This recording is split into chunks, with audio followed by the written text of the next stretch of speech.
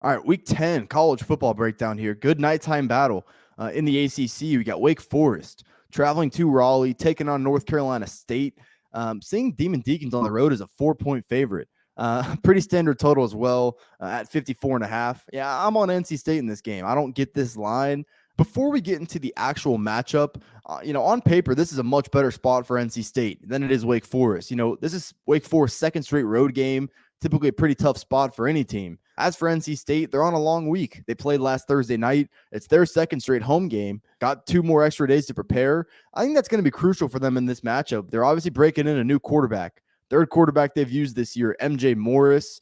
I'll talk about this quarterback situation for a second. I mean, Devin Leary was their guy. Wasn't playing great, but still clearly the best option they had. He was down with a season-ending injury. They turned to Jack Chambers, and this is where I just don't get it.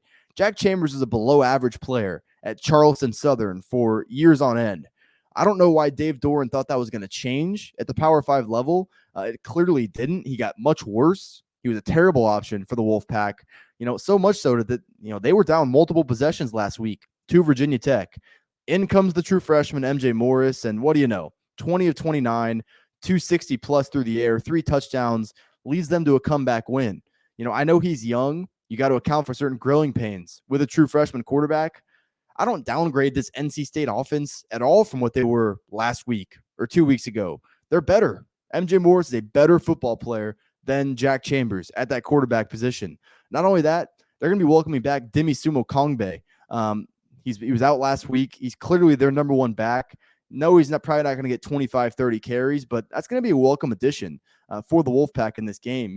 I don't really like Wake Forest's defense at any of the 3 levels. I don't think they're winning up front against a pretty good North Carolina State offensive line. They should be able to protect Morris pretty well. Wake Forest run defense has been a major issue in that program for years. Certainly think that Sumo Kongbe, back healthy, is going to make a big impact on this game. And I don't think Wake Forest's secondary is terrible, but you saw what DJ Uiagalelei did to him. You've seen what teams like Liberty and Clemson can do to him. I don't think this is the toughest matchup for a freshman quarterback to be walking into, especially given that the overall advantages that his team has on Wake Forest going into this game.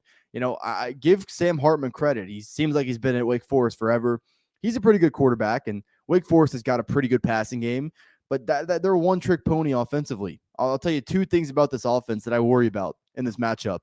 They can't run the football, and they are not good along their offensive line. I wouldn't really say NC State's calling card defensively is their pass rush, but we saw them come on a little bit last week against Virginia Tech. Certainly think that they can take advantage of what's a pretty easy matchup. One thing I can tell you, though, is this NC State back 7 is terrific.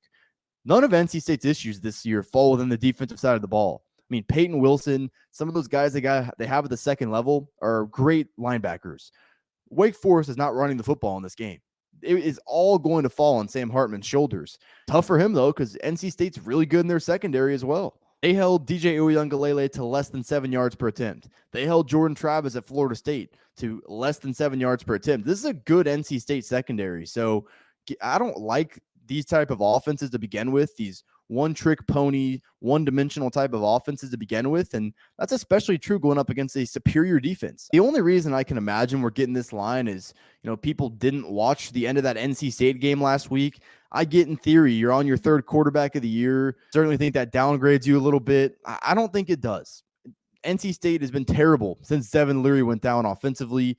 At least they have somebody who's proven to be worthwhile at the quarterback position, something they haven't had in about a month now. So I don't get this line. NC State's clearly a team led by their defense. They're an experienced group on that end of the ball. They're not losing this game at home, in my opinion. I think NC State wins outright. If you want to give me 4 points, I'll take them. I expect MJ Morris to play well in this game in his first career start, and just think there are too many glaring holes on this Wake Forest team that are too hard for me to overlook. So I will take those points with NC State. No real feel on the total. Already played it.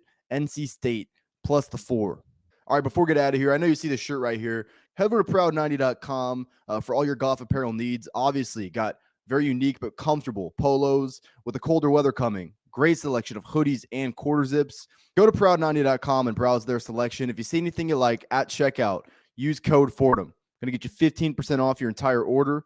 That's code Fordham at proud90.com is going to get you 15% off your order. Support me, support Proud90, proud90.com.